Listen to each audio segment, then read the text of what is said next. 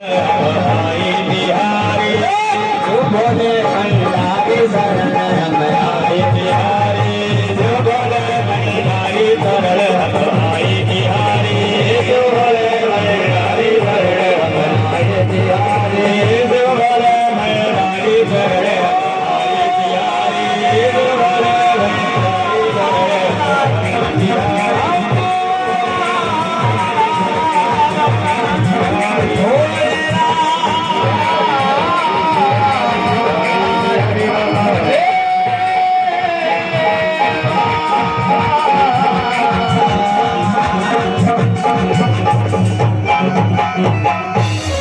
व्यासाय विष्णुरूपाय व्यासरूपाय विष्णवे नमो वै ब्रह्मनिधये वासिष्ठाय नमो नमः। बोले व्यास महाराज की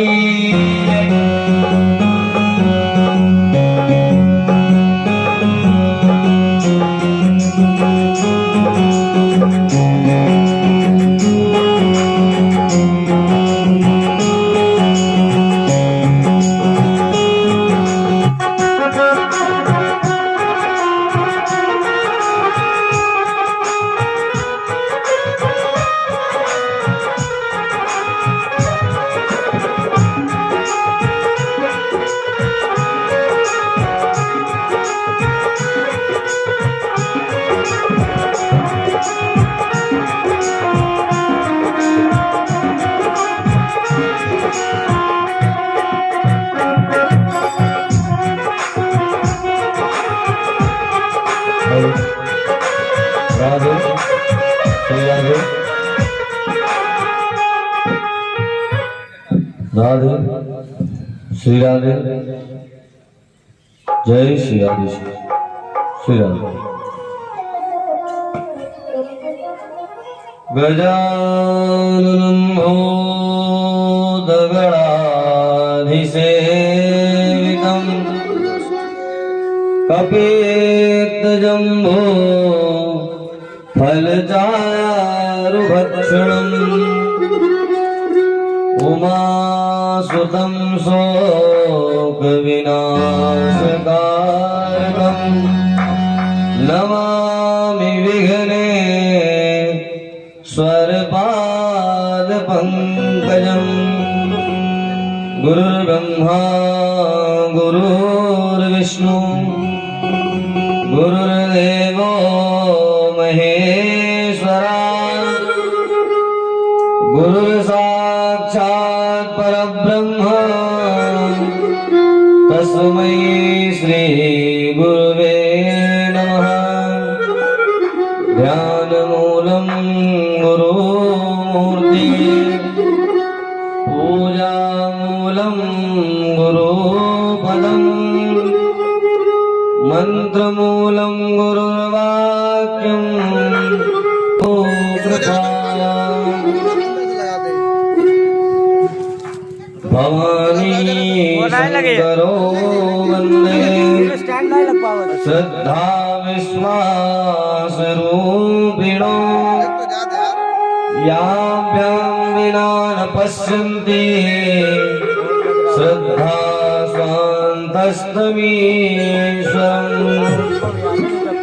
श्री गुरु चरणकमलेभ्यो नमः। समस्तेभ्यो नमः। सर्वेभ्यो सत्सागरेभ्यो नमः। समस्त भगवान परब्रह्म परमेश्वर की जो ये धरा है, इस धरा पर विराजमान सभी रुद्र स्वरूप भगवत प्रेमी बंधुजनों को करभद्र भगवान शिव रूप में समझकर प्रणाम करते हुए, स्थान देवी देवताओं को प्रणाम करते हुए, माँ पतित पावनी भागीरथी गंगा माँ के श्री चरणों में प्रणाम करते हुए, माँ भगवती पीताम्बरा देवी उनके श्री चरणों में प्रणाम करते हुए, संत पूज्यपाद विप्र गण सभी के चरणों में प्रणाम करते हुए, भगवान व्यास जी को प्रणाम करते हुए आज पंचम दिवस की कथा में प्रवेश करेंगे। उसके पहले भगवान नाम संकीर्तन, उसके पश्चात कथा प्रारंभ करेंगे। बोलियो महेश्वर भगवान की जय हो, श्री अयोध्या धाम की जय हो, सद्गुरुदेव भगवान की जय हो। ओम नमः शिवाय, ओम नमः शिवाय, हर हर भोले नमः शिवाय, नमः शिवाय, ओम नमः शिवाय, हर हर भोले नमः शिवाय, ओम नमः शिवाय, ओम नमः शिवाय, हर हर भोले नमः शिवाय, नमः शिवाय, ओम नमः शिवाय, हर हर भोले नमः शिवाय। गंगाधराय शिव गंगाधराय, हर हर भोले नमः शिवाय। गंगाधराय शिव गंगाधराय,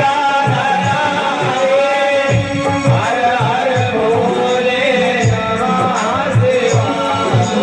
नमः शिवाय, ओम नमः शिवाय, हर हर भोले नमः शिवाय। ओम नमः शिवाय, ओम नमः शिवाय, हर हर भोले नमः शिवाय।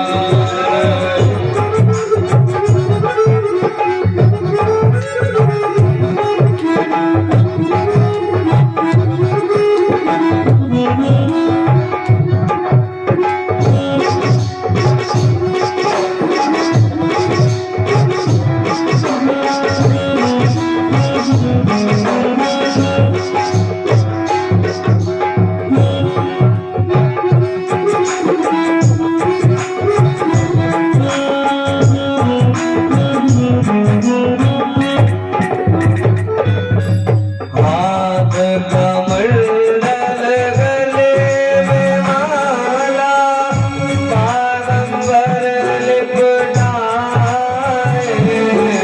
हाथ कमंडल गले में माला, बारंबार लिपटाए। और भगवान शिव कैसे हैं? बोले गोरे तन पर भस्म रमाते और भांग धतूरा का निधपान करते हैं, एवं हाथ में कमंडल रहता है, गले में सर्पों की माला है और तन पर ओढ़े मृगछाला है। ऐसे भगवान सदाशिव हैं। और भगवान ये सब क्यों धारण करते हैं? क्योंकि भगवान हमें दर्शाते हैं कि संसार में समस्त प्रकार की जो सामग्री है वह सब ऐसी है, बोले नश्वर है। एक ना एक दिन सभी का अंत हो ही जाना है। कितना भी वैभव क्यों ना इकट्ठा कर लो, परंतु वो वैभव भी एक दिन आपसे दूर ही हो जाएगा। वह अल्प समय के लिए है। इसलिए भगवान सदैव किसको धारण करते हैं? बोले जो सदैव धारण कर सके। मृगचर्म धारण करते हैं, सर्पों को धारण करते हैं, जिनके गले में विकराल विष है। ऐसे लोग भगवान शिव के संग में रहते हैं। चंद्रमा जिसने अमृत दिया हुआ है वह स्वयं भगवान शिव के मस्तक पर विराजमान रहता है। नमः शिवाय, ओम नमः शिवाय, हर हर भोले नमः शिवाय। ओम नमः शिवाय, ओम नमः शिवाय, हर हर भोले नमः शिवाय। जटा में जिनकी गंगा विराजे, मस्तक चंद्र सुहाए। जटा में जिनकी गंगा विराजे, मस्तक चंद्र सुहाए। ओम नमः शिवाय, ओम नमः शिवाय, हर हर भोले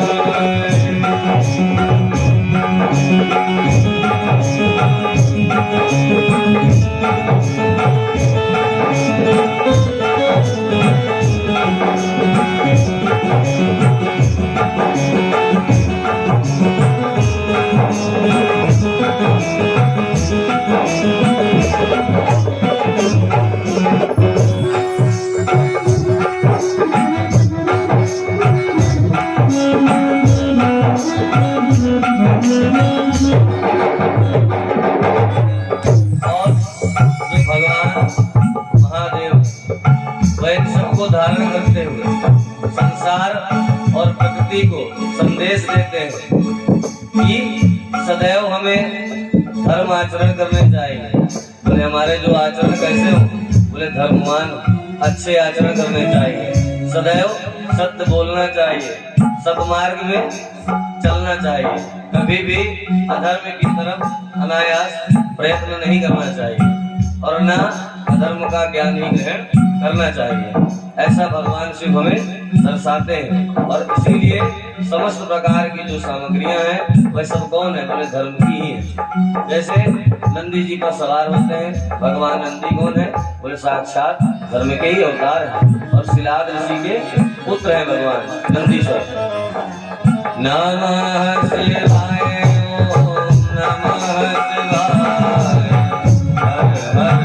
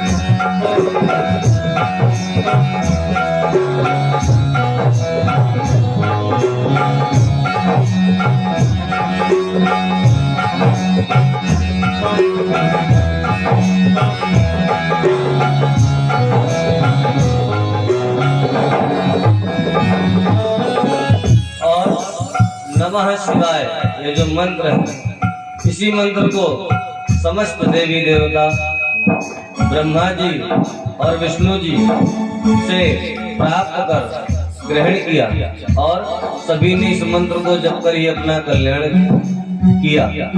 तो इसीलिए प्रत्येक प्राणी को इस धरा पर आकर नमः शिवाय मंत्र का जप करना चाहिए और नमः शिवाय इस मंत्र के जप कर लेने मात्र से ही समस्त प्रकार के दुखों का विनाश हो जाता है और समस्त ऐश्वर्य आपको प्राप्त हो जाता है। ब्रह्मा जी ने नारद जी को बताया और सूत जी ने ऋषियों को भी बोला कि जो नमः शिवाय इस मंत्र का 1 लाख बार 5 लाख या करोड़ जितनी संख्या में जप कर लेता है उसका उतना ही ऐश्वर्य बलवान हो जाता है। और बोले जो भाग्य में भी नहीं होता वह कौन देते हैं, बोले वह सदाशिव देते हैं। भगवान भोलेनाथ अगर उनकी कृपा हम पर हो जाए तो जो विधाता भी नहीं देते वह कौन दे देते हैं, बोले शंकर दे दिया करते हैं। तो इसीलिए नमः शिवाय का प्रत्येक प्राणी को चिंतन करना चाहिए और नमः शिवाय महामंत्र का जप सदैव करते रहना चाहिए। नमः शिवाय ओम नमः शिवाय हर हर भोले नमः शिवाय ओम नमः शिवाय हर हर भोले नमः शिवाय नमः शिवाय ओम नमः शिवाय हर हर भोले नमः शिवाय ओम नमः शिवाय हर हर भोले नमः शिवाय। सब लोग बोले नमः शिवाय, भोले नमः शिवाय, जन जन बोले नमः शिवाय, जन जन बोले नमः शिवाय, सर्वस्व बोले नमः शिवाय।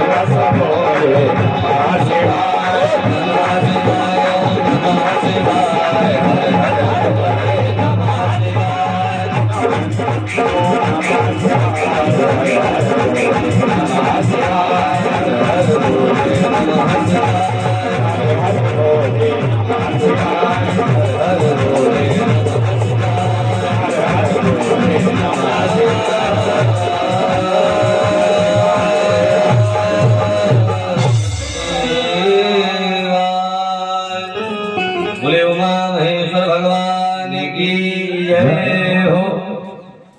और आज हम लोग कथा में भगवान शिव के विवाह, शिव और सती का जो विवाह हुआ, इसके सुंदर चरित्र का वर्णन कल हम लोगों ने श्रवण किया था। आज जब भगवान शिव और माता सती कैलाश पहुंचे तो वहां पर जाकर भगवान शिव और माता सती ने क्या क्या लीलाएं करी। नारद जी कहते हैं कि हे पिता ब्रह्मा जी, मुझे उन सभी लीलाओं का वर्णन सुनना है जो कुछ महादेव ने माता सती के साथ जाकर कैलाश पर की हैं। उन लीलाओं का मुझे श्रवण कराइए। ब्रह्मा जी बोले कि हे पुत्र, तुम्हारी भगवान शिव में अगाध श्रद्धा हो रही है और उस श्रद्धा से मुझे बहुत ही प्रसन्नता हो रही है, क्योंकि मैं स्वयं किसका जप करता हूँ? भगवान देवादिदेव महादेव का, और उनसे ही अपने कल्याण की कामना करता हूँ। ब्रह्मा जी ने कहा कि हे नारद, तुमने मेरे ऊपर बहुत उपकार किया है। कैसा उपकार? बोले तुमने मेरे इष्ट की गाथा को सुनने के लिए जो प्रेरणा ली है भगवान श्री हरि से, तो आज मैं धन्य हो गया हूँ। अपने जीवन को कृतार्थ मानता हूँ कि मुझे भगवान की लीलाओं का वर्णन करने का समय प्राप्त है। और ये सब किसकी इच्छा है? बोले ये सब उन्हीं महादेव की इच्छा है। बोले जब भगवान शिव माता सती के साथ कैलाश गए तो वहां पर अनेक प्रकार की भगवान लीलाएं करने लगे। भगवान सदाशिव जब कैलाश पहुंचे तो कैलाश पहुंचकर उन्होंने नंदी आदि गणों को आदेश दिया कि हे गणों, अब जब मैं तुम्हारा ध्यान करूं या तुम्हें बुलाऊं तब तुम कैलाश पर आना। तब तक तुम क्या करना? बोले कैलाश के बाहर जाकर वहां पर भक्ति करो और अपना जीवन यापन करो। सभी गण भगवान शिव की आज्ञा पाकर कैलाश के धरा के बाहर पहुंच गए और वहां पर निर्वाह करने लगे। और जो भगवान शिव के गण हैं, ये कैसे हैं? बोले इन्हें भी इस धरा से कोई लेना देना नहीं है। ये भी भगवान सदाशिव की तरह ही हैं। कैसे? बोले जैसे भगवान वैरागी हैं, उन्हें भी किसी चीज का कोई लोभ नहीं है, उसी प्रकार भगवान के जो गण हैं वह भी वैराग्य में ही जीवन व्याप्त करते हैं। अर्थात कि अगर आप शिव भक्त हैं तो भगवान शिव के गणों से हमें संदेश प्राप्त होता है कि हमें भी क्या करना चाहिए? बोले अपने स्वामी की तरह ही अपना जीवन निर्वाह करना चाहिए। बोले ये नहीं कि शिव जी किसी तत्व को नहीं धारण करते हैं और आप इसमें लग जाएं। बोले अनायास भोगों में लग जाएं और तत्वों को ग्रहण करने में लग जाएं। हमने जैसे आपको पहले ही बताया था कि किसी का भक्त होना ये अपने मन में मान लेना बहुत बड़ी बात है, परंतु हम जिनके भक्त हैं अगर वह ये मान ले कि हम उनके भक्त हैं तो हमारा जीवन कृतार्थ हो जाएगा। हम तो कहते रहते हैं प्राय, कोई बोलता हम गणेश जी के भक्त हैं, कोई बोलता हम विष्णु जी के भक्त हैं, कोई कहता हम शिव जी के भक्त हैं। अरे पहले भक्ति से पहले वह गुण तो लाओ जिस गुण से भगवान प्रसन्न होंगे। ये थोड़ी ना हुआ कि मंदिर पहुंच गए, घंटा बजाया, भस्मी चढ़ा दी, चंदन चढ़ा दी और भक्त हो गए, हर हर महादेव नारा लगाने लगे। इससे कोई भक्ति नहीं होती। भक्ति वही है कि परमात्मा आपके हृदय में विराजमान हो जाए और आप जहाँ चाहो वहां पर ही शिव जी के दर्शन प्राप्त कर लो या हरि जी के दर्शन प्राप्त कर लो, जिनको आप बसते हो। तो ब्रह्मा जी नारद जी को बताने लगे कि सर्वप्रथम भगवान जब कैलाश पर पहुंचे तो उन्होंने अपने गणों को आदेश दिया कि तुम जाओ और कैलाश की चोटी पर विद्यमान हो जाओ और वहां पर अपना संग्रहण करो, और जब मैं आज्ञा दूंगा तो तुम पुनः कैलाश के अंदर प्रवेश करना। सभी गणों ने शिव की आज्ञा पाकर माता शिव और सती को प्रणाम किया और कैलाश के निकट ही कुछ दूर पर जाकर विराजमान हो गए। और इधर भगवान शिव माता सती के साथ अनेक लीलाएं करने लगे। बोले कैसे लीलाएं? बोले जैसे हम भगवान कृष्ण और राधा की लीला श्रवण करते हैं। देखिए, प्रेम संसार में दो ही लोगों ने किया और अत्यंत किया, जिनमें हमारा मानना यही है, क्योंकि हम तो शिव भक्त हैं, हमारे इष्ट भगवान शिव हैं, तो हम क्या कहेंगे कि हमारे शिव और माता उमा जैसा प्रेम ही किसी का नहीं हुआ। क्योंकि जैसे भगवान कृष्ण ने लीलाएं रची, रास किया राधा जी के संग, प्रेम में रहे, वैसे ही भगवान जो शिव हैं, यह जब तक माता से विभूषित नहीं हुए तब तक नहीं हुए, और जब अर्धनारेश्वर भगवान प्रकट हुए तो क्या हुआ? बोले माता सती से इतना मोह हो गया कि समस्त वैराग्य ही खत्म हो गया। जबकि भगवान शिव ने ब्रह्मा जी और नारायण से यही कहा था जब विवाह का प्रस्ताव दिया गया कि प्रभु हम तो वैरागी हैं, हमारे पास किसी स्त्री का क्या कार्य? बोले हमारे ध्यान में विघ्न हो जाएगा, परंतु कहते हैं कि गुरु और इष्ट की आज्ञा सबसे ऊपर होती है, उसे सदैव सिरोधार करना चाहिए। तो उसी प्रकार भगवान शिव ने अपने इष्ट नारायण की इच्छा मान ली और क्या किया? उसका सम्मान करते हुए विवाह कर लिया। अब विवाह के पश्चात क्या हुआ कि माता सती का जैसे ही कैलाश पर आगमन हुआ तो देखिए कहा गया है कि अगर आप धर्मवान हैं, ज्ञानवान हैं, तो स्त्री के रहने पर भी आपको कोई समस्या नहीं होगी और आप अपना ध्यान पूजन भजन कीर्तन करते रह जाएंगे। लेकिन जो लोग कामावश होकर वशीभूत हो जाते हैं उसी के, तो वह क्या करते हैं? बोले वह संसार से नाता तोड़कर केवल अपने वैर मनस में ही लग जाते हैं। बोले अपने मनोविलसित कामना को ही पूर्ण करने लग जाते हैं, उसी काम वासना में ही अंधांध हो जाते हैं और उन्हें कुछ दिखाई नहीं देने लगता है। और यहाँ भगवान शिव हमें संदेश भी देते हैं पग पग पर। जब माता सती के साथ कैलाश गमन किया और कैलाश पर क्रीड़ा करने का समय आया तो भगवान शिव कैसी लीलाएं कर रहे हैं? बोले कभी कभी भगवान जाते और अनेक सुंदर पुष्पों को ले आते और पुष्पों को लाकर क्या करते? बोले स्वयं माता भगवती के सर पर गजरा लगाते हैं, सुंदर गजरा बनाते हैं। कभी जब माता अपना मुख दर्पण में देखती तो शिव जी क्या करते? बोले शिव जी के निकट आकर अपना भी मुख दर्पण में देखने लगते। माता सती के साथ स्वयं भी दर्पण में अपना मुख देखने लग जाते। ऐसे कर कर अनंत लीलाएं करने लगे। कभी क्या करते कि शंकर जी कमल पुष्पों को ले आते और मनोहर सुंदर आभूषण वक्त हार बना देते और माता सती को पहना देते, इससे माता प्रसन्न होती। ऐसे करते करते कुछ समय बीत गया। लगभग कितना समय बीता? बोले 10,000 वर्ष बीत गए शिव जी और माता सती को साथ में रहते हुए। जब कुछ समय बीत गया तो ब्रह्मा जी बोले कदाचिद दक्षस्य तनया जलदागमे कैलास चक्षुमावृता प्राप्तस्थं वृषभध्वजम्। ब्रह्मा जी बोले कि किसी समय में वर्षा ऋतु आने वाली थी। माता सती ने कहा कि हे वृषासु, प्रभु वर्षा आने वाली है और मैं तो भवन में पली बड़ी हूँ, मैं वर्षा ऋतु में कैसे यहाँ पर अपना जीवन यापन करूंगी? भगवान शिव बोले कि सती तुम कदापि चिंता मत करो, यहाँ पर कैलाश में ऐसी ऐसी कंदराएं हैं, कंदरा माने गुफा। बोले इन गुफाओं को आप अच्छे अच्छे महलों से भी उत्तम ही समझो।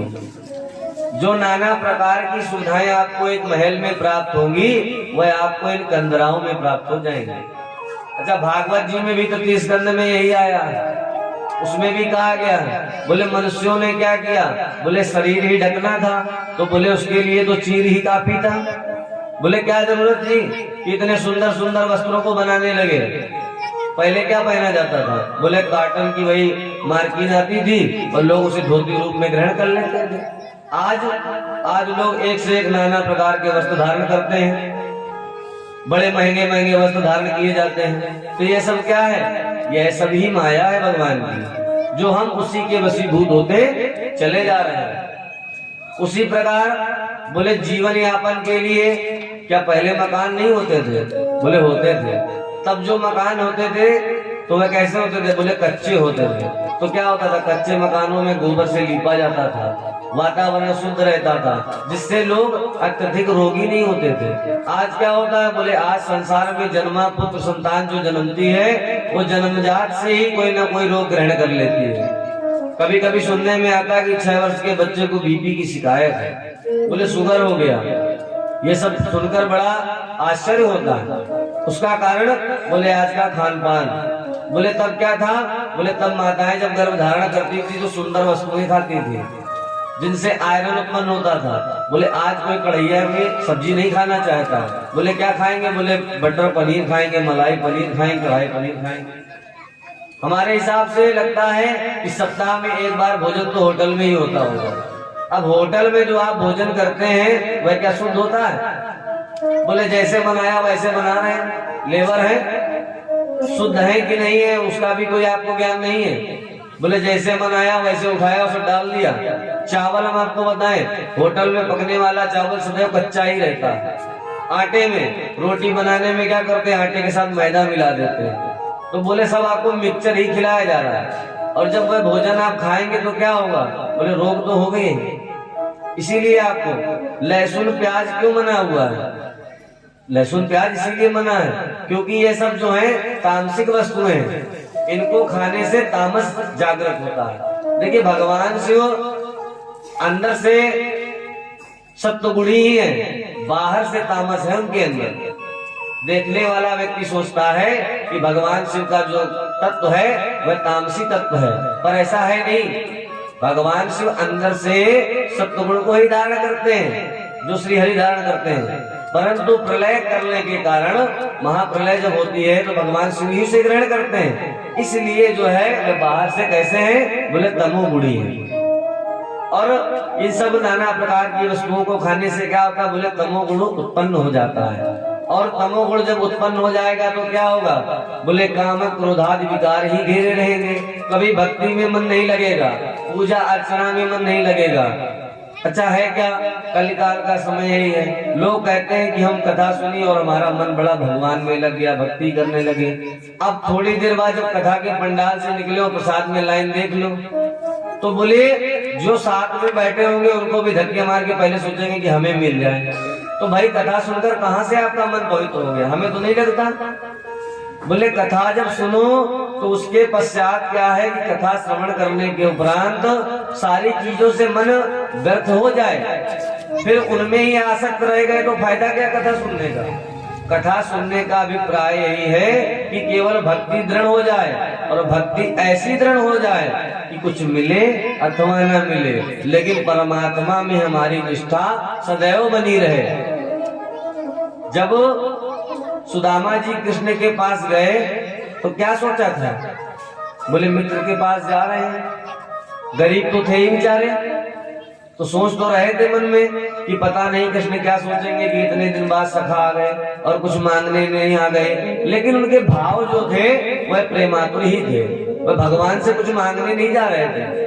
उनकी पत्नी ने जरूर कहा था कि जाओ तुम अपने मित्र से कुछ सहायता लेकर आओ, परंतु वो है मन में ऐसी भावना करके नहीं गए थे। उनके मन में भावना सिर्फ इतनी ही थी कि आज बड़े दिन बाद हम अपने मित्र के दर्शन करेंगे, और मित्र जब मिल जाएगा तो हमें बड़ी प्रसन्नता हो जाएगी। और वही हुआ भी। तो ऐसा ही भाव लेकर आपको कथा में आना चाहिए और कथा से जाना चाहिए। जब कथा से आप जाओ भी तो भाव यही बना कर जाओ कि यहाँ से अगर एक पुष्प भी मिल रहा है तो समझ जाओ कि वह यहाँ की बहुमूल्य वस्तु आपको प्राप्त हो गई है।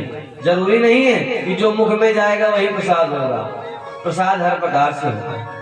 उसी प्रकार भगवान सदाशिव माता पार्वती को समझाने लगे कि हे भगवती, आप कदापि चिंता न करें, इन कंदराओं में आपका वर्षत्व में यह कंदराएं आपकी सहायता करेंगे और आप किसी प्रकार से निश्चिंत हो जाएं।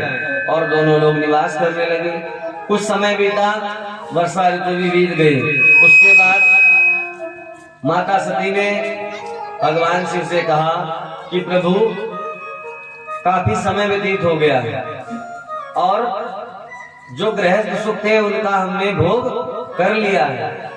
अब मेरा मन यह कहता है कि मुझे आप भक्ति मार्ग एवं पुराणों का श्रवण कराएं।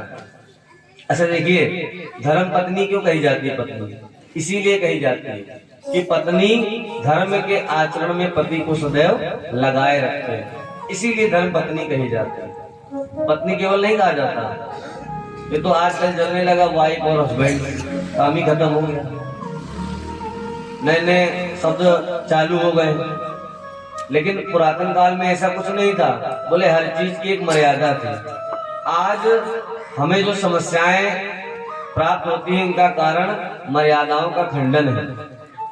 बोले आज मर्यादाएं नहीं रही। बोले क्यों? बोले बड़े छोटे का मान नहीं रहा। पहले लोग अगर पड़ोसी भी सामने खड़ा होता था तो उसके सामने भी कोई घनिष्ठ कार्य नहीं करते थे। लेकिन आज क्या है कि आज तो अपने ही माता पिता से कोई भय नहीं है, तो बोले पड़ोसी से काहे का भय? अगर उसने कोई शब्द कह दिया तो क्या हुआ, उसको उल्टा दो शब्द बोल दिया। तो आज समाज कैसा हो रहा? बोले सब अपने अपने से मतलब रखने लगे। अब कोई किसी के दुख और सुख में खड़ा होना नहीं चाहता, क्योंकि आपका जो स्वभाव है वह बदल चुका है, आपकी मानसिकताएं बदल चुकी हैं। लोग एक दूसरे से ईर्ष्या रखते हैं। बोले एक व्यक्ति अगर उठने की ओर बढ़ जाता है तो लोग उसे पीछे से घसीटने लग जाते हैं। क्यों? बोले हम तो कुछ कर नहीं पाए, तुम क्यों कुछ कर रहे हो? तो यह जो अज्ञानता हमारे अंदर समाहित हो गई है, इसके कारण हम नाना प्रकार के दुख पा रहे हैं। और अगर हम पुराने तथ्यों को अपने अंदर धारण कर लेंगे तो हमें किसी प्रकार की समस्या कभी नहीं होगी। उसी प्रकार माता पार्वती आज कह रही है भगवान शिव से, एकस्मिन् दिवसे देवी सती रहसि संगता शिवं प्रणम्य सद्भक्त्या निश्चोच्चै सुकृतांजलि। ब्रह्मा जी बोले, हे मुने, भगवान शिव जो हैं वह जब कैलाश पर्वत पर बैठे हुए थे और माता सती जो हैं वह भगवान शिव के वामांग में विराजमान थी, तो माता बोली, एक दिन की बात है कि देवी माता एकांत में भगवान शंकर से मिली और उन्होंने भक्ति पूर्वक प्रणाम कर दोनों हाथ जोड़कर कहा कि भगवान मेरी एक कामना है। तो भगवान शिव बोले, हे देवी तुम्हारी क्या कामना है, तुम बताओ, मैं उसे पूर्ण करूंगा। माता बोली कि मैं धन्य हूँ जो आपकी कामनी और आपके साथ सुंदर विहार करने वाली आपकी प्रिया हुई मैं। हे स्वामी, हे हर, आप अपनी भक्त वत्सलता के कारण ही मेरे स्वामी हैं। हे नाथ, मैं आपके साथ बहुत दिनों तक विहार कर चुकी। हे महेशान, अब मैं गृहस्थ सुख से संतुष्ट हूँ। अब मेरा मन जो है वहां से हट गया है। अब गृहस्थ छोड़ मेरा मन कहाँ जा रहा है? बोले, क्या तुम इच्छामि देवेश परम तत्व सुखावहम येन संसार दुखाद्वये तेरा जीवन जसाहरा। हे देवेश, अब मैं परम तत्व का ज्ञान प्राप्त करना चाहती हूँ जो सुख प्रदान करने वाला है तथा जिसको जान लेने पर समस्त जीव संसार दुख से अनायास ही उद्धार प्राप्त कर लेता है। अर्थात जब परमात्मा के विषय में अनुरक्ति बढ़ जाती है परमात्मा के तत्वों को हम जानने लग जाते हैं तो क्या होता है कि हमारा उद्धार हो जाता है। माता सती के ऐसे विचारों को सुनकर भगवान सदाशिव बहुत प्रसन्न हुए और शिव जी बोले, शृणुदेव प्रवक्ष्यामि दाक्षायणी महेश्वरी परम तत्त्वं तदेवानु स्वयं मुक्तो भवेत् यतः। शिव जी बोले, हे दक्षनंदिनी, हे महेश्वरी, सुनो, मैं उस परम तत्व का वर्णन करता हूँ जिससे वासनाबद्ध जीव तत्काल मुक्त हो जाता है। हे सती, तुम विज्ञान परम तत्व जानो। विज्ञान वह है जिसके उदय होने पर मैं ब्रह्म हूँ ऐसा दृढ़ वस्तु का स्मरण नहीं रहता। उस विज्ञानी पुरुष को बुद्धि सर्वदा शुद्ध हो जाती है। और हे देवी, अब मैं तुम्हें भक्ति के मार्ग बताता हूँ कि भक्ति कैसे होती है। या भक्तिर्द्विधा देवी सगुणा निर्गुणा मता वैधि स्वाभाविकी आया वरासा तत्परा स्मृतः। जब माता पार्वती ने ऐसा पूछा तो भगवान शिव कहने लगे, सती पूछती शिव जी से प्रभु, सती पूछती शिव जी से प्रभु, परम तत्व का कथन करो, परम तत्व का कथन करो। सती पूछती शिव जी से प्रभु, सती पूछती से प्रभु, परम तत्व का कथन करो, परम तत्व का कथन करो। शिव बोले भक्ति मुख्य शिवा, शिव बोले भक्ति मुख्य शिवा, तुम भक्ति का चरण करो, तुम भक्ति का चरण करो, तुम भक्ति का चरण करो। और भगवान शिव बोले कि हे सती, तुम भक्ति का चयन करो, क्योंकि परम तत्व जो प्राप्त होता है वह भक्ति से ही प्राप्त होता है। और भक्ति कैसे की जाती है? बोले भक्ति दो प्रकार की कही गई है, सगुण और निर्गुण। अब सगुण और निर्गुण कैसे है? सगुण साकार होता है जो मूर्ति पूजा, और निर्गुण भक्ति कैसी होती है? बोले जो योगी जन करते हैं। जैसा हमने आपको कल बताया था कि जब ब्रह्मा जी ने देवताओं को वृत्तांत बताया तो क्या कहा कि भगवान सदाशिव सगुण और निर्गुण दोनों रूप में हैं, और सगुण रूप होने के कारण लोग उन्हें मूर्ति विग्रह रूप में उनकी पूजा करते हैं, और निर्गुण होने के कारण योगी जन उन्हें अपने हृदय में समाहित होकर क्या करते हैं? बोले ध्यान मग्न हो जाते हैं। जो लोग ध्यान मग्न होते हैं उन्हें किसी मूर्ति की आवश्यकता नहीं होती है, क्योंकि वहां निर्गुण परमात्मा उनके हृदय में वास करते रहते हैं।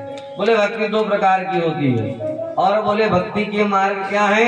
बोले 9 प्रकार की भक्ति बताई गई है रामायण में भी।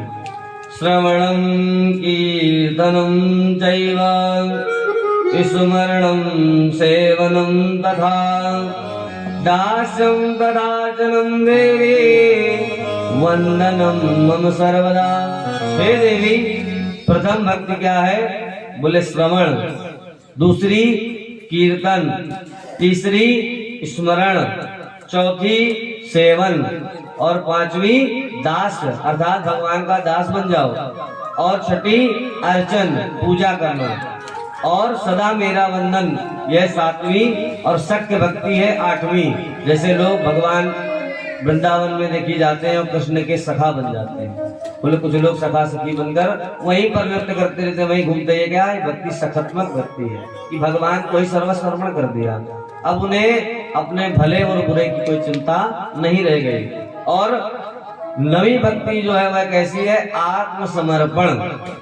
आत्मसमर्पण जब व्यक्ति कर देता है भगवान के समक्ष तो क्या होता है कि उसका भला बुरा जो कुछ भी है वह परमात्मा ही देखते हैं और परमात्मा ही करते हैं। इसको कहते हैं आत्मसमर्पण। हे देवी, इन 9 अंगों से जो व्यक्ति एक भी अंग पा लेता है वह भक्ति के परम तत्व को प्राप्त कर लेता है।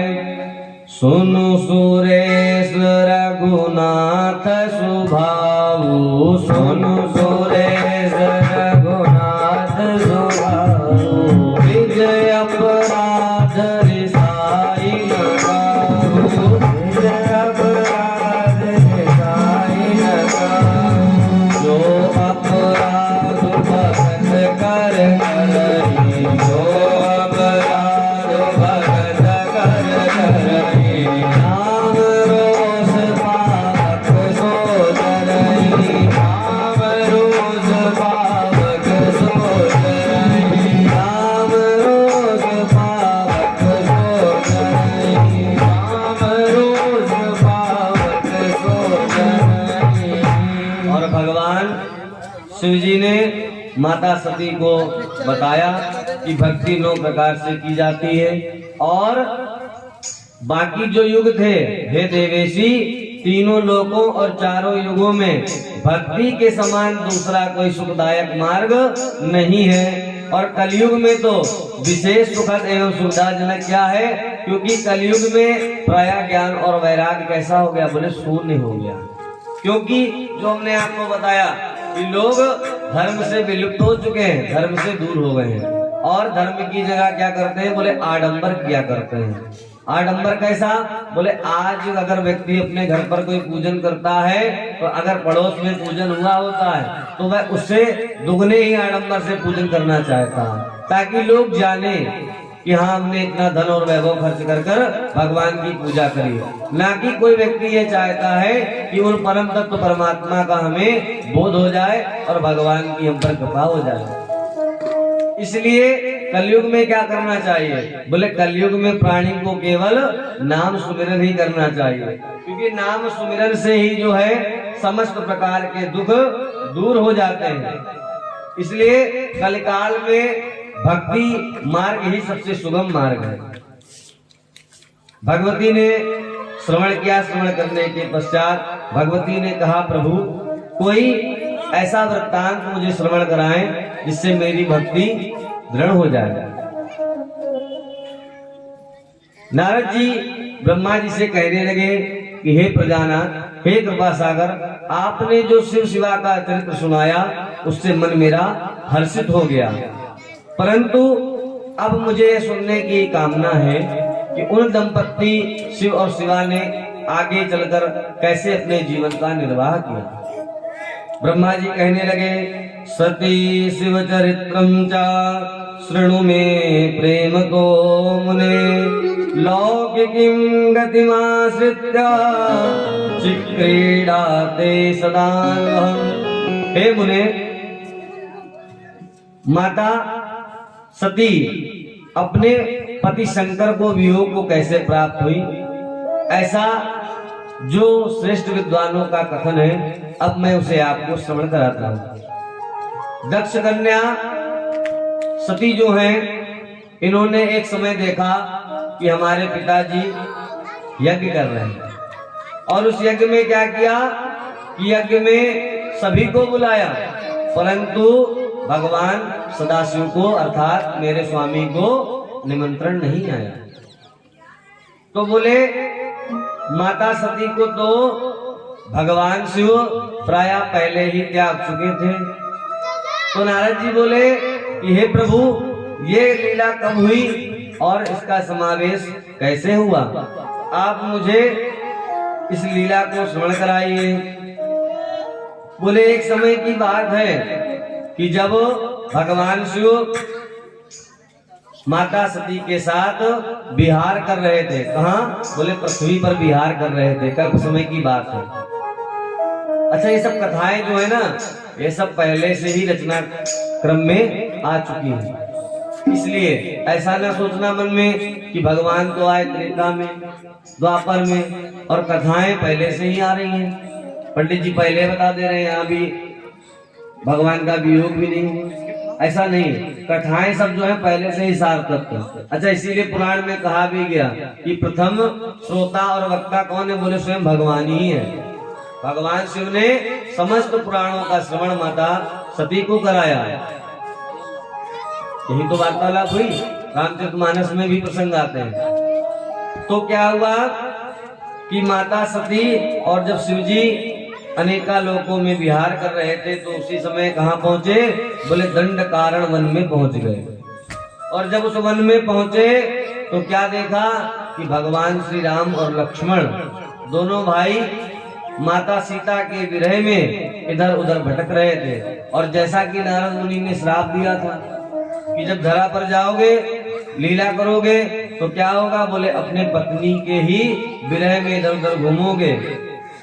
तो भगवान क्या कर रहे थे? भगवान अपने छोटे अनुज लक्ष्मण सहित इधर उधर विचरण कर रहे थे कि हे सीते तुम कहाँ चली गई, तुम कहाँ हो? ऐसे भगवान उन्हें ढूंढ रहे थे। और भगवान राम जी सभी से पूछते हैं, खल मृग सारे जीवों से पूछा कि हे जीवों, क्या तुमने मेरी सीता को देखा है? सब उन्हें उत्तर दे रहे हैं, यहाँ देखा तो है परंतु यह नहीं जान पाया कि वह कहाँ गई है। जब भगवान ये लीला कर रहे थे तो उसी समय शिव जी और माता सती वहां से निकल रहे थे। और जैसे ही भगवान शिव जी ने परब्रह्म परमात्मा श्री रामचंद्र जी को देखा, जिनका वह नित्य भजन करते हैं, तो क्या हुआ कि अपने इष्ट को विरह और दुख में देखते ही भगवान के अश्रु निकल आए और अश्रु बहने लगे। और अश्रु बहते हुए भगवान ने उन्हें प्रणाम किया। बोले सच्चिदानंद भगवान की जय हो।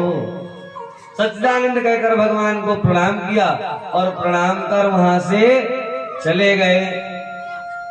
अब इधर क्या हुआ कि जब भगवान ने सच्चिदानंद कहकर प्रणाम किया तो माता सती को बड़ा विस्मय हुआ।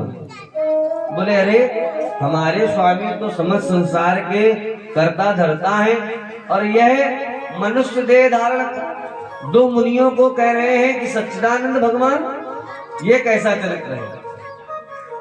माता सती विस्मय में पड़ गई और क्या कहने लगी कि वह भगवान शिव से पूछने लगी कि हे प्रभु, यह लीला क्या है? आप तो सबके वंदित भगवान हैं, आपकी सब वंदना करते हैं। शंकर जगत बंद जगदीशा, शंकर जगत बंद जगदीशा, सुर नर मुनि सब नावत सीता, सुर नर मुनि सब नावत सीता, शंकर जगत बंद जगदीशा, शंकर जगत बंद जगदीशा, सुर नर मुनि सब नावत सीता, सुर नर मुनि सब नावत सीता, बिन लप सुतहि कीन परनामा, जनप सुतहि कीन परनामा, कहि सच्चिदानंद परनामा, कहि सच्चिदानंद परनामा, कहि सच्चिदानंद परनामा, कहि सच्चिदानंद परनामा।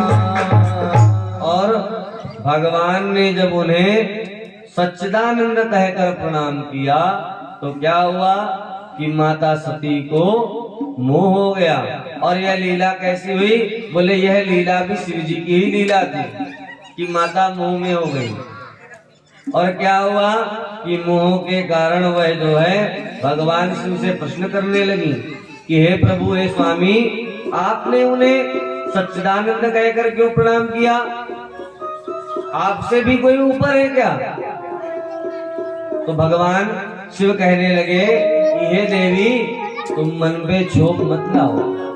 यह राम जो है ना, तुम पूछती हो ना कि मैं निरंतर किसका जप करता हूँ, तो बोले जो राम स्वरूप है ना, इन्हीं के बाल स्वरूप का मैं जो है निरंतर चिंतन किया करता हूँ। प्रभु समरत सर्वज्ञ शिव, सकल कला गुण धाम, जोग ज्ञान वैराग्य निधि, प्रणत कल्प तरुणा।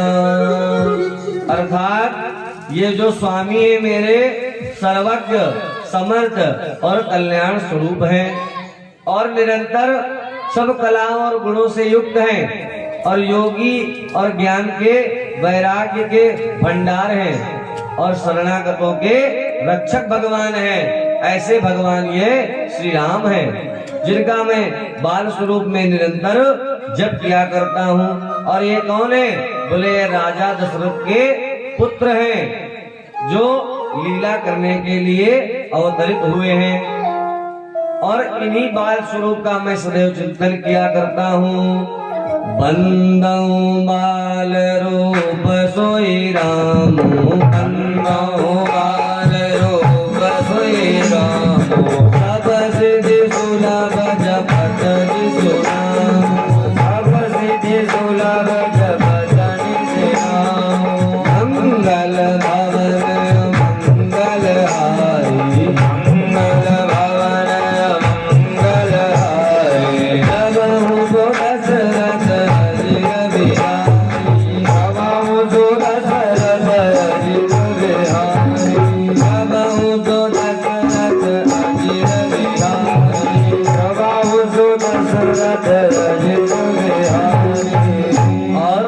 भगवान कहने लगे कि यही बाल स्वरूप रामचंद्र जी हैं, और मैं तुम्हें इन्हीं की कथा श्रवण कराता हूँ कि कैसे इन्होंने नाना प्रकार की लीलाएं करी। और भगवान शिव जो हैं, भगवान रामचंद्र जी के सारे चरित्रों का यथावत वर्णन करने लगे। माता सती श्रवण करने लगी। श्रवण करते करते परंतु क्या हुआ कि विस्मय अभी भी नहीं गया। तो भगवान शिव ने पुनः कहा, राम कथा सुरधेनु सम, सेवत सब सुखदान, और सत समाज सुरलोक, सबको न सुने सजान। अर्थात राम कथा सारे संशय को मिटाने वाली है, और राम कथा के समान कलिकाल में कोई कुठार नहीं है।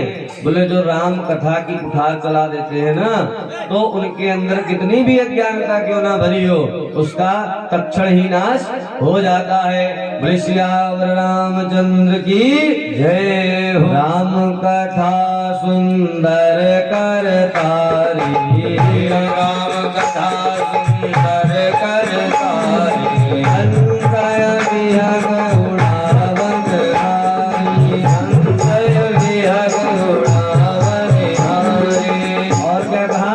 राम कथा कलि बिटप कुठारी, राम कथा कलि बिटप कुठारी, सादर सुनु गिरिराज कुमारी, सादर सुनु गिरिराज कुमारी। राम नाम गुण चरित सुहाए, राम नाम गुण चरित सुहाए, जन्म कर्म अगणित स्तुति गाए, जन्म कर्म अगणित स्तुति गाए।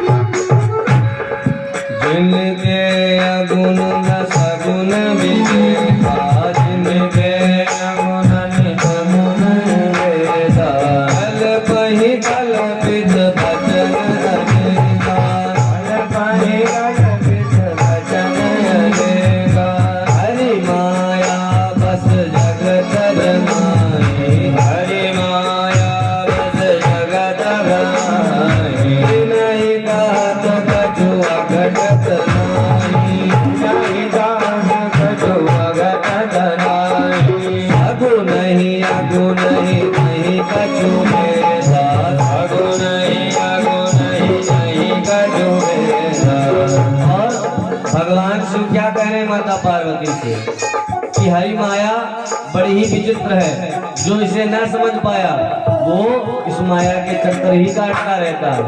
भगवान की दो ही पत्नियां हैं, बोले एक मायापति है और एक श्रीपति है। श्री कौन है? बोले श्री साक्षात लक्ष्मी है। और माया कौन है? माया के चक्कर में पड़कर संसार चक्कर लगाता रहता है मनुष्य, ये माया है। और भगवान कहते हैं कि जो मेरी दूसरी पत्नी से विमुख हो जाता है और जब मेरी शरण में आ जाता है तभी उसका कल्याण हो जाता है।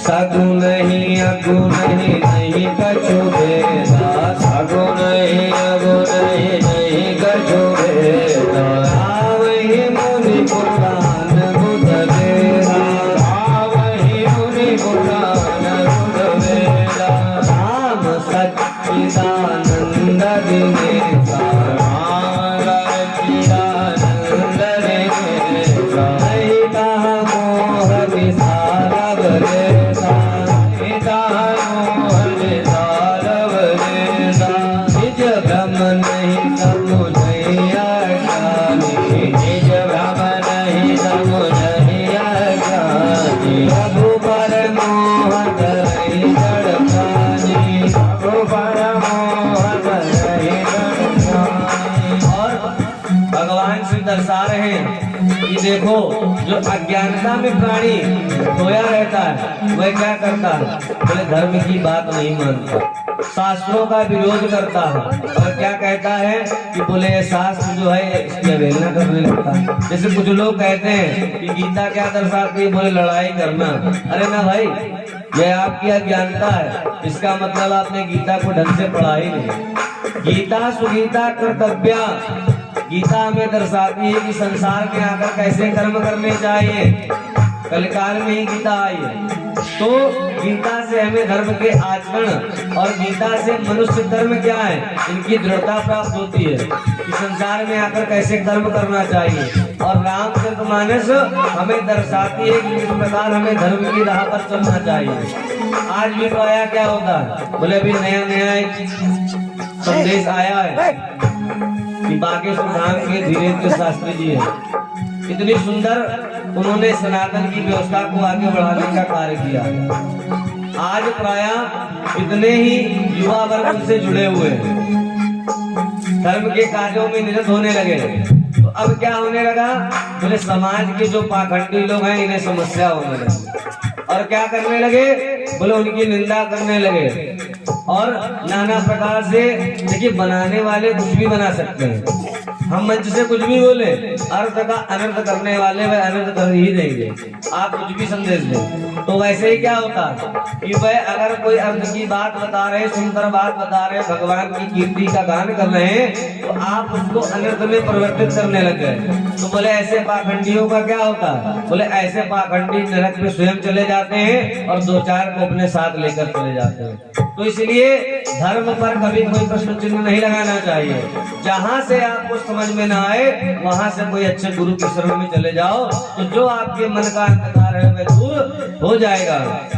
बिनु पद चलई सुनई बिनु काना, बिनु पद चलई सुनई बिनु काना, कर बिनु कर्म करई विधि नाना, कर बिनु कर्म करई विधि नाना, काशी मरत जंतु अवलोकी, काशी मरत जंतु अवलोकी, यासु नाम बल करऊं विशोकी, यासु नाम बल करऊं विशोकी, सोई प्रभु मोर चराचर स्वामी, सोई प्रभु मोर चराचर स्वामी, रघुबर सबउर अंतरगामी, रघुबर सबउर अंतरगामी। और भगवान श्री माता पार्वती को कथा सुनाते हुए बता रहे हैं कि जो लोग काशी में मुक्त होने के लिए जाते हैं वह क्या करे कि बोले जो परमात्मा कण कण में विद्यमान है केवल उनकी शरण में चले जाए तो मैं क्या करूंगा, बोले मैं काशी न जाने पर भी उन्हें मुक्त कर दूंगा। बोले अगर प्राणांत के समय वह किसी विधा के कारण, व्यवधान के कारण काशी ना भी पहुंचे तो भी मैं उनको मुक्त कर दूंगा। सुन शिव के ब्रह्म मंगल वचना, मिट गए सब को तरक गए रचना, मिट गए सब को तरक गए रचना, भाई रघुपति पद प्रीति प्रतीति,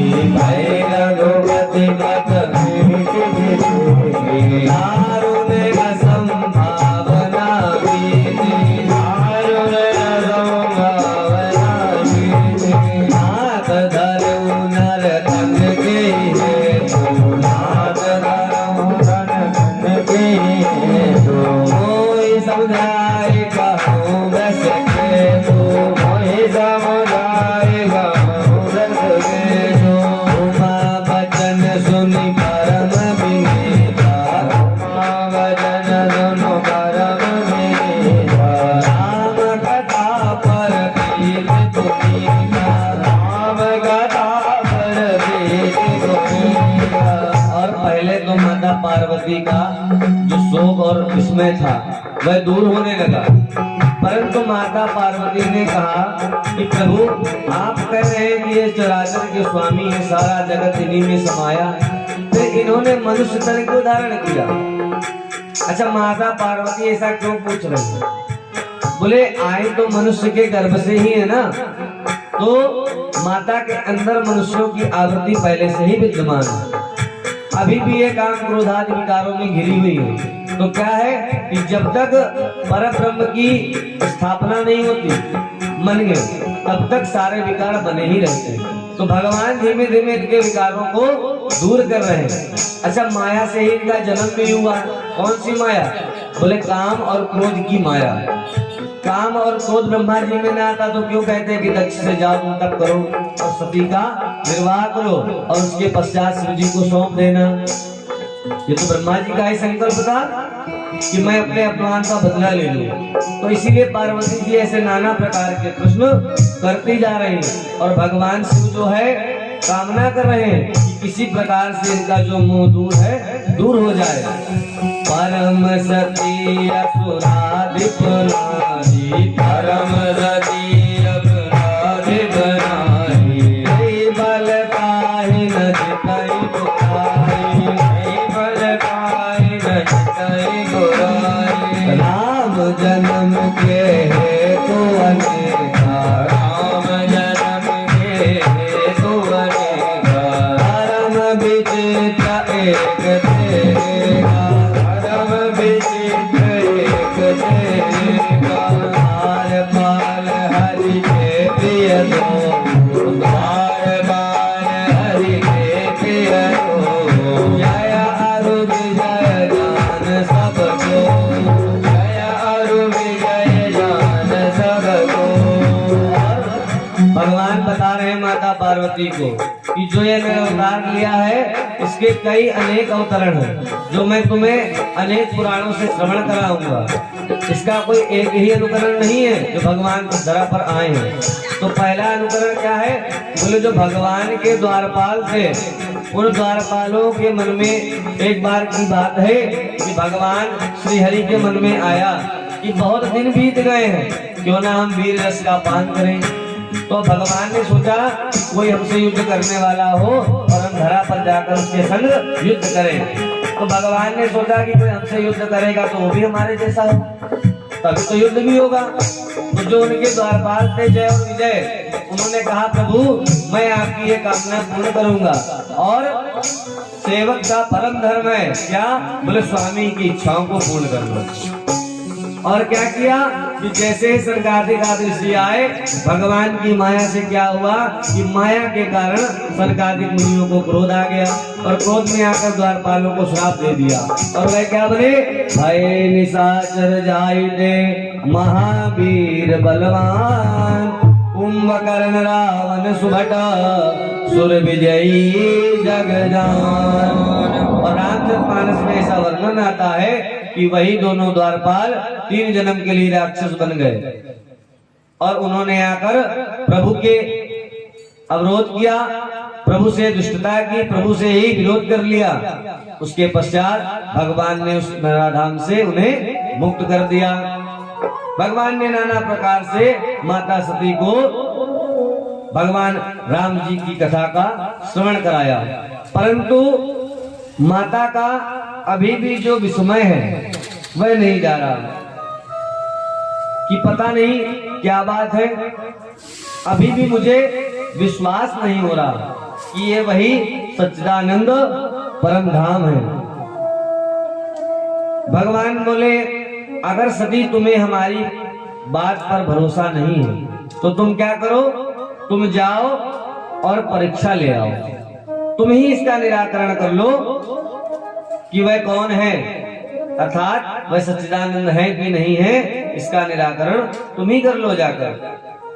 माता सती ने सोचा कि यह अच्छा रहेगा और क्या किया कि वहां पर गई जहां पर भगवान राम और लक्ष्मण जी विचरण कर रहे थे।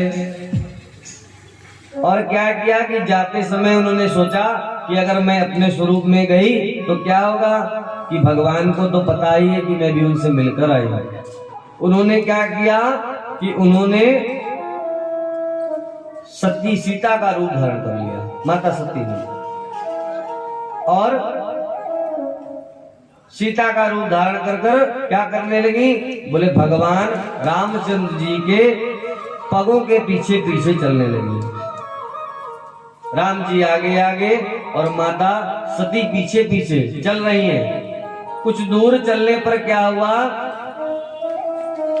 भगवान जान गए कि हमारे पीछे कोई चल रहा है। और लक्ष्मण जी ने देखा कि ये तो लग रहा है कि भाभी है, क्योंकि रामचरितमानस में ऐसा वर्णन आता है कि देखिए देवर और भाभी की मर्यादा क्या है। बोले देवर हो तो कैसा हो, बोले लक्ष्मण जी जैसा। लक्ष्मण जी ने कभी माता सीता के मुख का अवलोकन भी नहीं किया कि माता सीता कैसी है। इसीलिए जब जटायु ने बताया कि उनके श्रीअंग के आभूषण जो हैं वह वहां पर गिरे होंगे, और हनुमान जी जब लेकर आए आभूषणों को देखकर लक्ष्मण जी विस्मय में पड़ गए।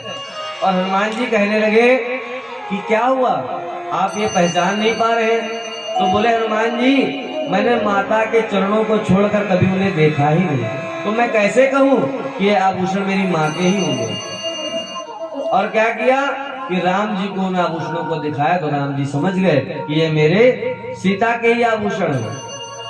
और इधर शंभु समय तेरा नहीं देखा, शंभु समय तेरा देखा, उपजा हर सुविशेषा, उपजा हर सुविशेषा, उपजा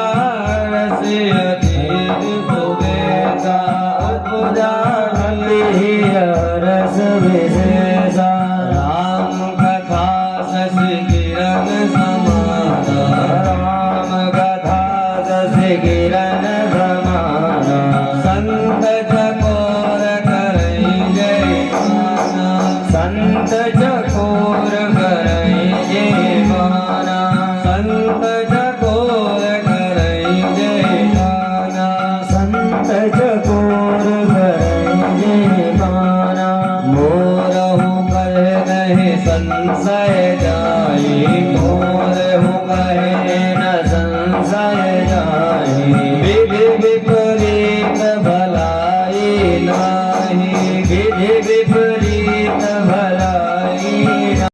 समाहित करना ये आपका धर्म है, तभी आपका कल्याण होगा, अन्यथा नहीं होगा।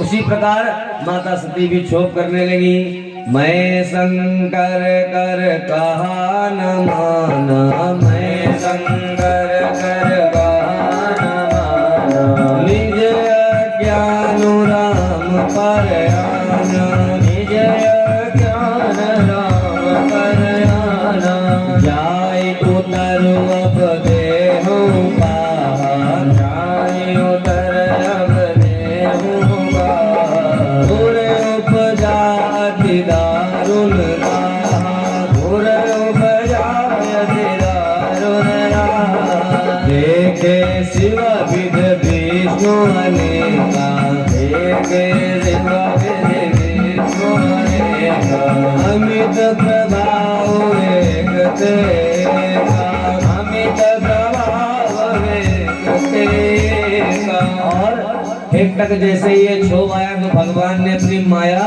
प्रकट कर दी। और क्या हुआ कि बोले अखंड और नाना प्रकार के विष्णु जी उत्पन्न हो गए, और उन सभी नारायण की सेवा में कौन है, बोले शिव जी उनके चरणों की वंदना कर रहे हैं, पूजा अर्चना कर रहे हैं। और बोले एक तरफ क्या हुआ कि इतने सारे शिवलिंग उत्पन्न हो गए, जिनकी पूजा कौन कर रहे हैं? बोले रामचंद्र जी कर रहे हैं, नाना प्रकार से रंग करके पूजा कर रहे हैं। अब माता बड़े विस्मय में आ गई, बड़ा मन में दुखी होने लगी। सती विधात्री इंद्रा देखी अमित अनु, जय जय बेस राजसुर तनुरूप। और क्या देखा? पूजहि प्रभु ही देव बहु बेसा, पूजहि प्रभु ही देव बहु बेसा, राम रूप दूसर नहीं देखा, राम रूप दूसर नहीं देखा। सोई रघुबर सोई लक्ष्मण सीता, सोई रघुबर सोई लक्ष्मण सीता, सोई रघुबर सोई लक्ष्मण सीता, सोई रघुबर सोई लक्ष्मण सीता।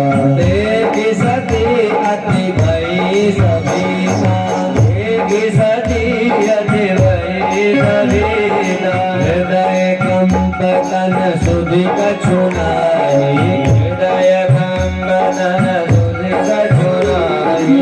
नयन मूदि बैठे मग माहि, नयन मूदि बैठे मन माहि। और क्या हुआ कि हृदय कांपने लगा जब उन्होंने ये देखा कि चारों तरफ क्या दिखने लगा कि बोले श्री रामचंद्र जी का दरबार सजा हुआ है और नाना प्रकार के परिक्रमा विद्यमान है। अर्थात भगवान ने अपनी माया से उनका भ्रम तोड़ दिया और कहा कि देख लो, अभी भी मैं क्या हूँ? बोले अयोध्या का राजा ही हूँ, अभी भी मैं अयोध्या में निवास ही कर रहा हूँ। यह सब क्या है? बोले सब मेरी लीला ही है। इन लीलाओं को देखकर माता को क्षोभ हुआ और क्या हुआ कि तुरंत नयन मूंद कर चली गई। कहाँ? बोले कैलाश पहुंच गई। और कैलाश पहुंचने से पहले क्या हुआ कि शिव पुराण में वर्णन आता है कि माता सती जो है वह राम जी से कहती हैं कि हे परमेश्वर, मेरे पति मेरे स्वामी आपको भगवान कहकर प्रणाम करते हैं। श्रुणुदेव सती प्रीत्या यथार्थम वच्मि नक्षलम, वरदान प्रभावातु प्रणामं चैव मादरात्। देवी बोली, हे सर्वेश्वर, आप मेरे अज्ञान को दूर कर दीजिए। हे नाथ, आप ये दोनों पुरुष कौन हैं? मुझे इसकी अज्ञानता थी, परंतु अब मुझे इसका साक्षात्कार हो गया। परंतु मैं सुनना चाहता हूँ कि आप उस लीला को बताइए कि आप सच्चिदानंद कैसे हो गए, अर्थात आप शिव जी से भी बड़े हैं। तो भगवान बोले, प्रेम तस्त्वं सती ब्रूहि कव शंभुस्ते नमो गतः, एकाकी वने कस्मात् दागता पतिना विनः। राम जी ने कहा कि एकदा ही पुरा देवी शंभु परम सूतिकृत विश्वकर्माण माहूया स्वलोके परतापरे। हे देवी, प्राचीन काल की बात है, यह राम जी माता सती को बता रहे हैं। प्राचीन काल की बात है, एक समय परम सृष्टा भगवान शंभु ने अपने पराधान में विश्वकर्मा को बुलाकर उनके द्वारा अपनी गोष्ठ में, गोष्ठ होता है जो सर्वश्रेष्ठ स्थान होता है, जैसे राजा की गोष्ठ क्या होती है? जहाँ राजा का सिंहासन होता है। तो भगवान शिव ने उस गोष्ठ में क्या किया? बोले विश्वकर्मा को बुलाकर एक उच्च स्थान का और स्वर्ण रहित, स्वर्णों से भेद जो था, ऐसा सिंहासन बनवाया। और उस सिंहासन को बनने के पश्चात क्या किया कि समस्त देव गंधर्व मुनि ऋषि आदि सबको बुलाया, आमंत्रण करके बुलाया और क्या किया कि बोले श्री हरि का अभिवादन किया और उस सिंहासन पर विराजमान कर उनका यथोचित पूजन किया।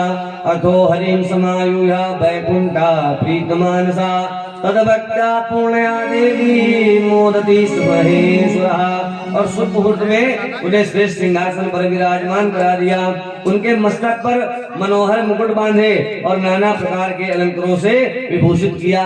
और जब सिंहासन पर उन्हें विद्यमान करा दिया तो महेश्वर ने क्या किया कि सभी को आज्ञा दी। भगवान बोले, अतः प्रभृति लोकेश मन्ये देशादयं हरि, मम वन्द्या स्वयं विष्णु जाता सर्वशृणोति। महेश्वर बोले, हे लोकेश, आज से मेरी आज्ञा के अनुसार ये विष्णु हरि स्वयं मेरे वंदनीय होंगे। और इस बात को आप सभी सुन लें, आप संपूर्ण देवता आदि के साथ इन श्री हरि को प्रणाम कीजिए। और ये वेद मेरी आज्ञा से मेरी ही तरह इन श्री हरि का वर्णन करेंगे। अर्थात जो मैं हूँ वही भगवान हरि को आज से आप लोग समझेंगे। और जिसने भी भगवान हरि की आज्ञा की अवज्ञा करी उनको कठोर दंड प्राप्त हो जाएगा। अर्थात वह अवज्ञा किसकी होगी? भगवान बोले कि वह अवज्ञा मेरी ही होगी, वह अवज्ञा किसी और की ना मानना। बोले श्री नारायण भगवान की जय हो। और इस प्रकार श्री हरि को अपना अखंड ऐश्वर्य जो है भगवान ने प्रदान कर दिया। शिव जी बोले, श्री हरि यदि मैं सती से अवपूर्ववत स्नेह करता हूं, भगवान शिव मन में सोचने लगे कि अगर मैं अब सती को अपने वामांग में धारण करता हूं तो क्या होगा? बोले अब जो है महत पुरुषों की अवज्ञा हो जाएगी, इसलिए मैं सती को पुनः अपने वामांगी में नहीं धारण करूंगा। और आकाशवाणी हुई, धन्यस्तम परमेशान त्वत्समोदितधा पड़ः न कोऽप्यस्त्रिलोकेऽस्मिन् महायोगी प्रभु। और आकाशवाणी हुई कि हे परमेश्वर, आप धन्य हैं जो आपके अंदर ऐसी सद्भावना है। भगवान शिव ने दर्शाया कि कभी भी अगर साधु पुरुष की अवज्ञा हो जाए, अज्ञानतावश कोई ऐसा कर्म हो जाए तो उस कर्म का त्याग तत्काल ही कर देना चाहिए, जिससे हम उस दोष से मुक्ति पा लें। प्राय आज क्या होता है, कलिकाल में क्या होता है कि अधर्म करने के पश्चात भी हम जान जाते हैं कि अज्ञानतावश हमने ऐसा कर्म किया है, फिर भी हम उस अज्ञानता को समाहित नहीं करते हैं और पुनः किसी न किसी अधर्म के आचरण में लग जाते हैं। इस प्रकार माता सती के भ्रम को रामचंद्र जी ने दूर किया। और जब माता सती मार्ग में जाने लगी तो यह आकाशवाणी सुनी। जैसे ही आकाशवाणी सुनी तो मन में बड़ा खेद हो गया कि अरे ये आकाशवाणी शिव जी को क्यों धन्य कर रही है, ऐसा क्या हो गया? माता सती जैसे ही शिव जी के निकट पहुंची, प्रणाम किया और बोली, हे स्वामी, मैं राम जी से मिलकर आ गई हूँ, परंतु ये आकाशवाणी कैसी हुई? आपने कौन सा दृढ़ संकल्प ले लिया? आप मुझे इसका ज्ञान कराइए। महादेव कुछ नहीं बोले और चुप रहे और सोचने लगे मन में कि सती, तुमने मेरी बात नहीं मानी। अगर तुम मेरी बात मान लेती तो तुम्हें किसी प्रकार का कोई भय नहीं रह जाता और इस माया से तुम्हें किसी प्रकार का कोई क्षोभ ना होता। लेकिन माया के कारण क्या हुआ कि माता ने एक भी प्रभु की नहीं मानी, और ना मानने का क्या हुआ कि आज भगवान को त्याग करना पड़ गया माता का। अब माता का त्याग तो कर दिया, परंतु इतना प्रेम करते थे शिव जी कि अब मन में क्षोभ होने लगा और अंदर ही अंदर व्याकुल होने लगे। जब माता सती भगवान शिव को देखती तो भगवान शिव कभी नयन न मिलाए। अच्छा, किसी की आप अवज्ञा कर दो या किसी को दंडित कर दो तो वह व्यक्ति अगर अज्ञानता में कोई दोष कर देता है ना और मन का कोमल होता है तो वह उस गिलानी को लेकर ही जीता है और मन ही मन कुंठित हुआ करता है। उसी प्रकार माता सती जो है वह आज मन ही मन कुंठित हो रहे हैं कि बताओ, महादेव ने मेरा त्याग कर दिया मेरी एक भूल के कारण। भगवान शिव उनकी तरफ ना देखते हुए क्या पूछ रहे हैं कि तुम वहां गई, तुम्हारा भ्रम दूर हुआ, क्या किया? तो माता सती क्या कह रही कि कछु न परीक्षा लीन गोसाई, कछु न परीक्षा लीन गोसाई, प्रणाम तुम्हारे नाई, प्रणाम तुम्हारे नाई। तब शंकर देखूं धरि ध्याना, तब शंकर देखूं धरि ध्याना। सती जो कीर धरित सब जाना, सती हरि जोगी नजर सब जाना, हरि इच्छा भावी बलवाना, हरि इच्छा भावी बलवाना, हृदय विचारक शंभु सुजाना, हृदय विचारक शंभु सुजाना, सती कीन सीता कर बेसा, सती कीन सीता कर बेसा, शिव उर भयउ विषाद विशेषा, शिव उर भयउ विषाद विशेषा, जो अब करऊं सती सन प्रीति, जो अब करऊं सती सन प्रीति, मिटई भगत पतु होई अनीति, मिटई भगत पतु होई अनीति। और भगवान शिव तो पहले ही सब कुछ जान चुके थे, क्योंकि भगवान शिव त्रिकाल दृष्टा है, और उन्होंने जान लिया कि माता ने क्या किया है, और उन्होंने मानसिक ही भगवान शिव जी ने मैया सती का त्याग कर दिया। और इधर कुछ वर्ष बीतने लगे। पुनः क्या हुआ कि कुछ समय पश्चात दक्ष प्रजापति ने, ब्रह्मा जी ने एक यज्ञ किया। उस यज्ञ में सब देवों को अभिवादन हुआ, सभी को निमंत्रण गया, सभी लोग गए। उस यज्ञ में घूमते फिरते विचरण करते क्या हुआ कि माता सती के पिता दक्ष भी वहां पर आ गए, और प्रजापति दक्ष थे, अर्थात प्रजापतियों के स्वामी, प्रजा के स्वामी।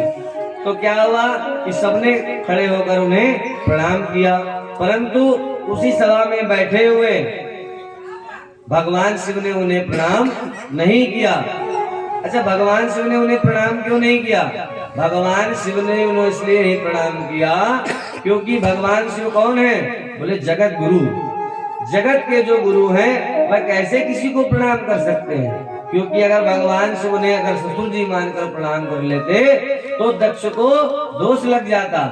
और दक्ष के मन में क्या हुआ कि दक्ष के मन में अहंकारवश ऐसा सुंदर भावना आकर क्या हुआ कि उन्हें लगा कि शंकर जी ने हमारी अवहेलना कर दी है। और दक्ष क्रोधित हो गए और बोले, जाओ हे शंकर, गले में नाक धारण करने वाले, विषयों को जानने वाले, आज से मैं तुम्हारा परित्याग करता हूँ और आज से मैं किसी यज्ञ में, किसी पूजन में तुम्हारा स्थान नहीं दूंगा।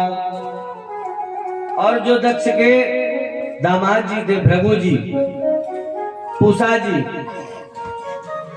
ये लोग वहां पर खड़े होकर हंस रहे थे। जब भगवान शिव की अवज्ञा हो रही थी तो ये लोग वहां पर हंस रहे थे। तो नंदकेश्वर भगवान को बड़ा ही क्रोध आया और उन्होंने क्या किया कि उन्होंने ब्राह्मणों को ही श्राप दे दिया। बोले, जाओ, जिस ज्ञान पर तुम्हें इतना अहंकार है ना, आज से तुम्हारा वह ज्ञान नष्ट हो जाएगा और तुम ब्राह्मण क्या हो जाओगे? बोले, दरिद्र हो जाओगे। ये ब्राह्मणों को श्राप है। कलकाल में अगर ब्राह्मण आचरणहीन हो गया तो वह फिर दरिद्र ही हो जाता। बोले, कहीं उसकी पूजा नहीं होती, कहीं उसका बंधन नहीं होता। इसलिए सदैव अपने सुंदर आचरणों का सामंजस्य अपने जीवन में अवश्य रखना चाहिए। इस प्रकार दक्ष ने भगवान शिव जी से आज विरोध कर लिया, परंतु भगवान की लीला, भगवान कुछ नहीं बोले। और भगवान ने नंदी जी से कहा कि हे नंदी, तुमने व्यर्थ में ही ब्राह्मणों को श्राप दे दिया, तुम्हें ऐसा नहीं करना चाहिए था। और भगवान शिव वहां से अपने लोक कैलाश को चले गए माता सती के साथ, और सभी लोग अपने अपने लोक को गमन कर गए। पुनः कल जो है हम लोग माता सती के देह त्याग की कथा सुनेंगे और पार्वती माता कैसे उत्पन्न होंगी, जन्म लेंगी, और राजा छू की कथा को श्रवण करेंगे कल षष्ठम दिवस में। आज कथा को यहीं पर विश्राम देते हैं, इसके पश्चात सभी लोग भागवत का श्रवण करेंगे। आइए भगवान नाम संकीर्तन। तब तक आचार्य जी आरती की तैयारी कर लें। बोल सिया रामचंद्र की जय हो। तेरी मर्जी का मैं हूँ गुलाम, तेरी मर्जी का मैं हूँ गुलाम, ओ मेरे अलबेल राम तेरी मर्जी का मैं हूँ गुलाम। मेरे अलबेल राम मेरे अलबेल राम, अलबेल राम मेरे अलबेल राम। और संसार में जो कुछ भी हो रहा वो सब राम जी की इच्छा से हो रहा। अपने अपने स्थान पर सभी लोग अपने अपने महत्व को प्रकट करते हैं, परंतु ये चराचर जगत जिनके हम अधीन हैं वह कौन है? बोले सियावर रामचंद्र जी, जिनकी मर्जी से ही सब कुछ हो रहा है। सदैव उनका धन्यवाद करते रहना चाहिए। तो भाव से भजन को गाए। तेरी मर्जी का मैं हूँ गुलाम, मेरे अलबेल राम तेरी मर्जी का मैं हूँ गुलाम, मेरे अलबेल राम।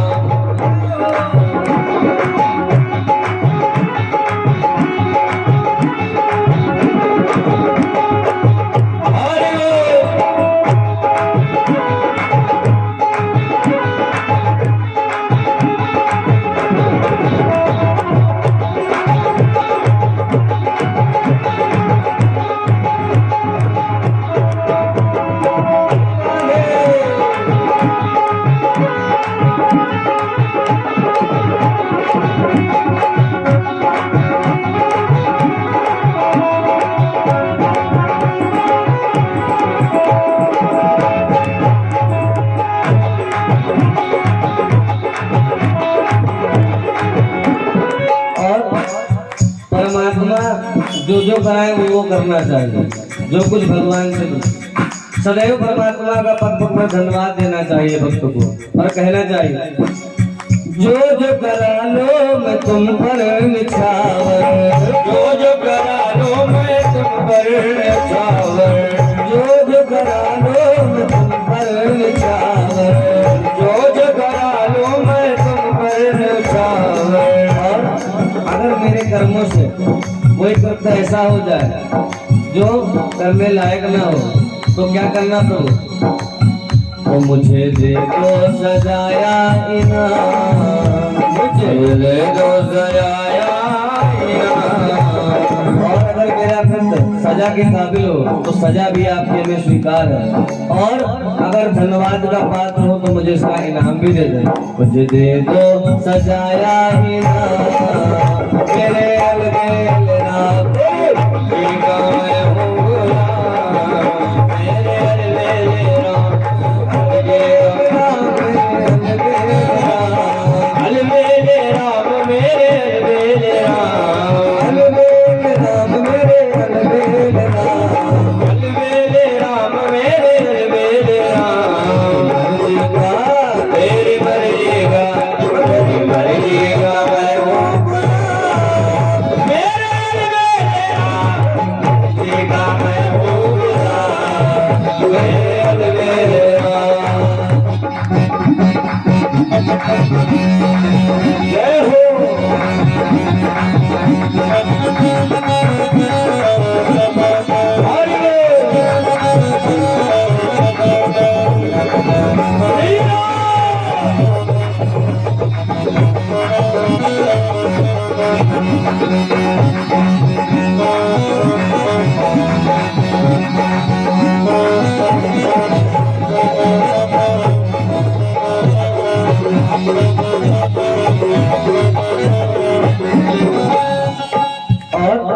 भक्त को कहना चाहिए जहाँ से कुछ समझ में ना आए कि कैसा क्या होगा तो भगवान की शरणागति लेकर ही कह देना चाहिए कि अब प्रभु हार गया हूँ इस लंबे सफर से, और अब मुझे अपनी शरण में ही ले लो, और जैसे भी हो मेरा उद्धार कर दो। इतनी कृपा भगवान की हो जाए तो भगवान की शरणागति एक समय पे आकर अवश्य ले लेनी चाहिए, लेकिन तब नहीं लेनी चाहिए कब? बोले जब कुछ करने लायक ही न बचे, बोले जब भजन भी ना बने और यत्न भी ना बने, तब भगवान की शरणागति लेने पहुंच गए। तो भगवान तो खैर शरणागत वत्सल है, वो तो शरण ले लेंगे, परंतु ये मनुष्य का धर्म नहीं है कि तब जाकर शरणागति ले लो।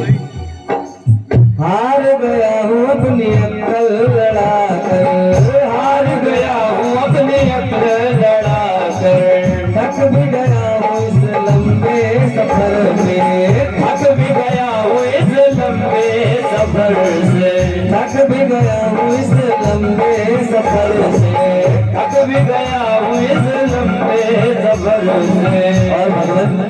संसार में मेरा जीना भी कैसा हो रहा है, बोले दुश्वार हो रहा है। जो लोग जो होते हैं, जो धर्म के अनुयायी होते हैं, वह कैसे जीना चाहते हैं, बोले जहाँ भी जाए भगवान नाम संकीर्तन मिले, भक्ति ही भक्ति मिले। ऐसे लोग इस संसार में लोगों से हार जाते हैं, क्योंकि उनको समझा पाना बड़ा ही मुश्किल और कठिन काम है, जो लोग विकारों में ग्रसित होते हैं। मेरा जीना हुआ है हराम, मेरा जीना हुआ है हराम,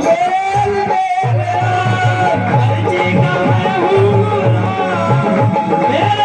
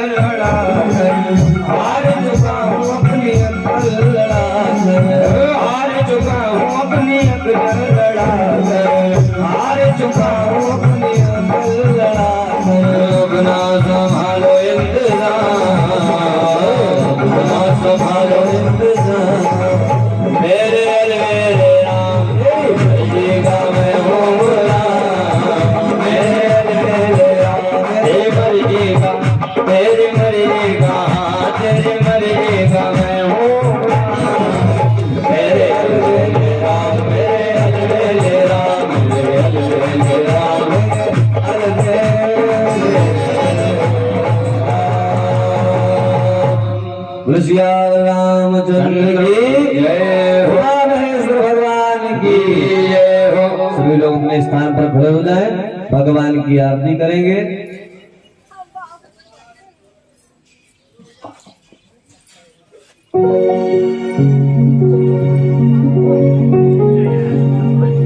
हरि ओम। चंद्रमा मनसो यादक्षो सूर्यो वयायदा श्रोत्रान्वायस्य प्राणस्य मुखात्